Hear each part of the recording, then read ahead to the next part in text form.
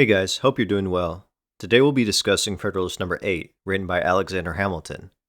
Federalist 8 is about the consequences of hostilities between the states, should they fail to unite. Hamilton begins this essay by observing that due to developed militaries and defensive fortifications, modern war in Europe has trended toward contests of attrition, and war has become a lot less decisive. He is saying that in his day, there were high costs of time, resources, and lives for very little gains. The conquests of Napoleon Bonaparte would challenge this perspective in the short term, but Hamilton's remarks were later vindicated in view of things like trench warfare during World War I.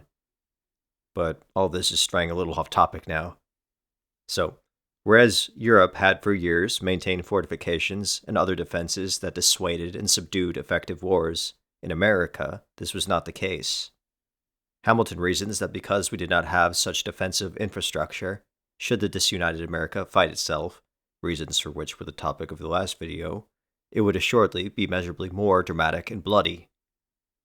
But not only that, the separate states or confederacies would quickly perceive their openness to invasion and rapidly militarize at the expense of the freedom of their citizens.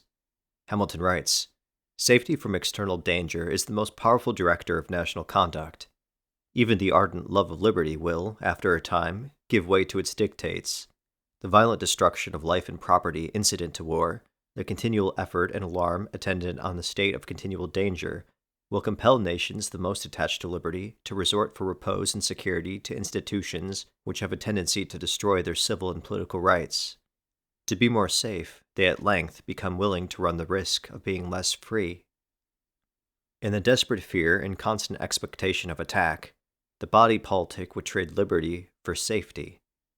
Hamilton identifies military institutions, specifically standing armies in this particular essay, as a looming and inevitable threat to a divided America. Hamilton predicts that the small states would be the first to submit to standing armies in order to defend themselves from their stronger neighbors. They would endeavor to supply the inferiority of population and resources by a more regular and effective system of defense, by disciplined troops, and by fortifications. They would, at the same time, be necessitated to strengthen the executive arm of government, in doing which their constitutions would acquire a progressive direction toward monarchy. It is of the nature of war to increase the executive at the expense of the legislative authority. The larger states, not willing or able to lose leverage or advantage, would quickly follow suit. Hamilton goes so far as to say that all of this is not just speculation, it is inevitable, and evidenced by the natural and necessary progress of human affairs. That is, that human nature is invariable, but noble, and that you can save it from its worst excesses by planning around it, under no shades of idealism. Anyway, from here, in order to quell potential critics and introduce nuance into the topic, Hamilton explores the relationship between military establishments and the nation they are a part of. He lays out two major distinctions among different societies that determine the nature of their standing armies and the threat they pose to the people. The first dividing line here is between countries whose military and civil bodies are one and the same, and those who are not. Consider, for instance, the ancient Greek city-state Sparta. All the male Spartan citizens were active military until 30, and in the reserves until 60. There was no quote-unquote standing army because it was in effect a nation of soldiers. Nowadays, as Hamilton is getting at, the military and the civilian corps are distinct entities. The point here is largely historical. The next distinction is the critical one. Hamilton's second distinction is between the position of standing armies in countries genuinely threatened by war versus those which are not. In the latter case, with no real external danger of invasion, the military has a minimal presence and is employed only for the occasional, specialized purpose. However, for nations in the state of immediate defense, or in anticipation of being so, the opposite is true. Quote, "The perpetual menacings of danger oblige the government to be always prepared to repel it. Its armies must be numerous enough for instant defense. The continual necessity for their services enhances the importance of the soldier, and proportionably degrades the condition of the citizen. The military state becomes elevated above the civil. The inhabitants of territories, often the theater of war, are unavoidably subjected to frequent infringements on their rights, which serve to weaken their senses of those rights.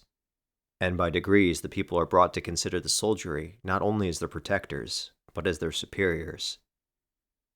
Where Sparta was a military state because its citizens were the soldiers, in modern times, where the vast majority of citizens are not in the military, standing armies lead to marked shifts in power and the loss of civilian liberties when the state militarizes. In his conclusion, Hamilton wraps all of this up by arguing that a union, under the Constitution, would have no need for an intrusive or large standing army. Europe is an ocean away, and there was no serious threat to security from anywhere else on our continent.